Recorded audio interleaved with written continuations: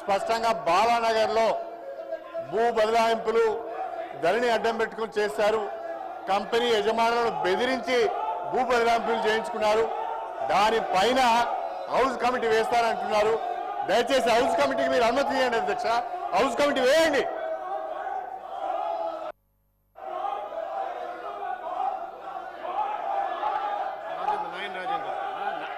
రాజేందర్ రెడ్డి గారు, నాయన్ రాజేందర్ రెడ్డి గారు, నాయన్ రాజేందర్ రెడ్డి గారు, నాయన్ రాజేందర్ రెడ్డి గారు.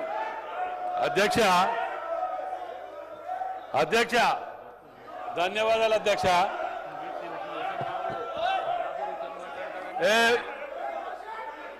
అధ్యక్ష అధ్యక్ష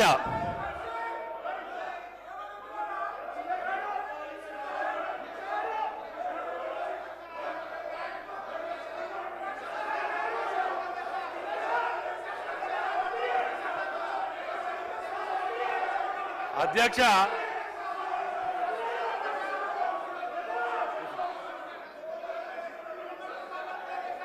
రాజేందర్ రెడ్డి గారు మాట్లాడుతున్నారు. అధ్యక్ష ఒక్క నిమిషం అన్న, ఒక్క నిమిషం అన్న, ఒక్క నిమిషం నాగేంద్రన్న, నాగేంద్రన్న, నాగేంద్రన్న, ఒక్క నిమిషం అన్న, నాగేంద్రన్న, రాజేందర్ రెడ్డి గారు మాట్లాడుతున్నారు. నాగేంద్రన్న అన్న, అన్న ఒక్క నిమిషం నాగేంద్ర అన్న. అధ్యక్ష ఈ రెండు సార్లు మూడు సార్లు ఒక్క నిమిషం కడియం శ్రీహరి గారు. దానం ఆగవే, దానం కూర్చోండి. అధ్యక్ష, గౌరవ ముఖ్యమంత్రి గారు శాసనసభలో దొంగతనం చేసిన వాళ్ళు ఏ రకంగా భయపడుతున్నారో చూడండి అధ్యక్ష. ధరణి అడ్డం పెట్టుకొని వందల ఎకరాల భూములను కబ్జా చేసిన వారు సిగ్గు లేకుండా ఏ రకంగా అరుస్తున్నారో చూడు అధ్యక్ష. సిగ్గు లేకుండా అరుస్తున్నారు. గౌరవ ముఖ్యమంత్రి గారు నిండు సభలో బాలానగర్లో కంపెనీ యజమానులను బెదిరించి ధరణిని అడ్డం పెట్టుకొని వందల ఎకరాల భూములను అధికారాన్ని అడ్డం పెట్టుకొని సొంతం చేసుకున్నారు.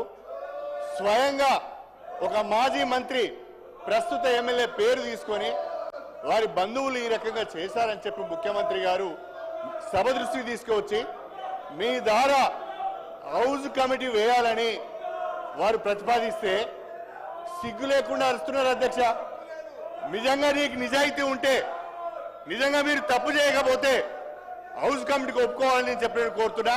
దయచేసి మీరు తక్షణమే హౌస్ కమిటీ వేయాలి అధ్యక్ష. ఇంకొక విషయం, సభ్యులు ప్రవర్తిస్తున్న తీరు రాష్ట్ర ప్రజలు గమనిస్తున్నారు. కొంతమంది సభ్యులు సిగ్గు లేకుండా శాసన సభ్యులమనే విషయాన్ని కూడా మర్చిపోయి అరుస్తున్నారు అధ్యక్ష. ఇది సభ సాంప్రదాయాలకు మంచిది కాదు. దయచేసి వాళ్ళను మీరు నియంత్రించండి. అదేవిధంగా ముఖ్యమంత్రి గారు కోరిన విధంగా హౌస్ కమిటీకి మీరు అనుమతి ఇవ్వాలని చెప్పి మిమ్మల్ని అభ్యర్థిస్తున్నారు అధ్యక్ష.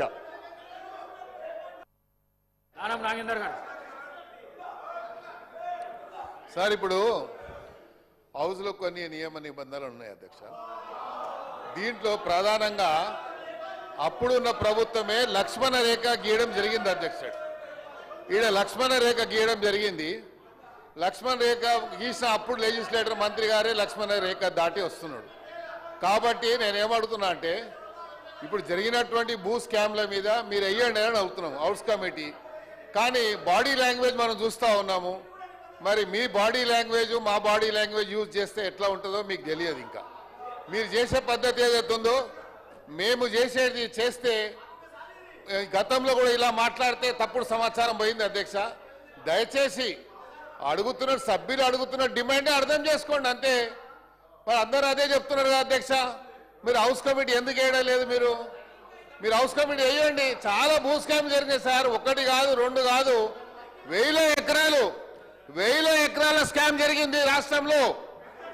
మరి ఈ రోజు కూడా అధ్యక్ష, ఈ రోజు కూడా చెప్తా ఉన్నాను నేను, మా సొంత భూమిని కేటీఆర్ గారు ఒక కంపెనీకి హ్యాండ్ ఓవర్ చేశాడు. నేను కావాలంటే రికార్డు మీకు ఇక్కడ సబ్మిట్ చేస్తాను.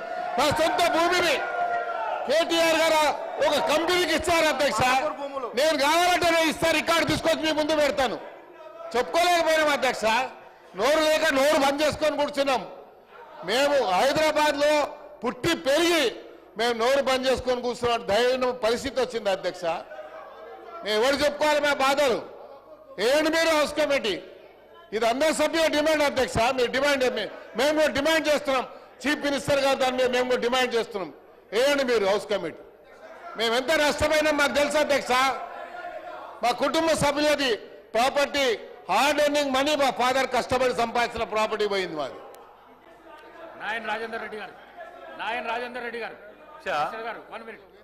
అధ్యక్ష, రెండు సార్లు మూడు సార్లు గెలిచినామని చెప్పి ఈ 3 లక్షల 5 లక్షల పంచాయతీ గురించి హౌస్ కమిటీలు అడిగారు అధ్యక్ష. కానీ నేను వచ్చిన కొత్తలకెళ్ళి 200 కోట్ల ప్రాపర్టీ సిటీ సెంటర్ల టిఆర్ఎస్ కార్యాలయాలకు కబ్జాలు పెట్టినరు. ఇన్ఫర్మేషన్ యాక్ట్ ప్రకారం పట్టుకొచ్చి నేను నోరు నెత్తిన కొట్టుకొని మీడియాలో అసెంబ్లీలో మొత్తుకుంటే ఎందుకు దీని మీద ఇది జరగట్లేదు అధ్యక్ష? ఇవాళ వీళ్ళది కనుక ఇది నేను ప్రూవ్ చేయకపోతే అధ్యక్ష 24 గంటల్లో నా ఎమ్మెల్యే సభ్యత్వానికి రాజీనామా చేస్తా అధ్యక్ష. ఇవాళ హరీష్ రావు గారు, కేటీఆర్ గారు రాజీనామా చేస్తారా? నేను ఇప్పుడు ఖైదవు రాసిస్తా అధ్యక్ష. ఇంతగానం మొత్తుకుంటుంటే కోట్లు దించుకొని దొంగ అంటుంటే మరి కార్యకర్తలు ఏమి బాధపడుతున్నారు అధ్యక్ష? ఎందుకు వాళ్ళని జైల్లో పెడతలేరు? ఇన్ని పాపాలు చేస్తే అని కాంగ్రెస్ కార్యకర్తలు నోరు కొట్టుకుంటున్నారు అధ్యక్ష. పాపం పోని కక్ష సాధింపు చర్యొద్దా అని ముఖ్యమంత్రి గారు అనటం వల్ల ఇవాళ ఈ దొంగల ముఠాలు దేశం ఎవరు దాడి చేస్తున్నారు అధ్యక్ష. ఇవాళ 5 లక్షలు ఎక్కడ, 200 కోట్ల ప్రాపర్టీలు ఎక్కడ అధ్యక్ష?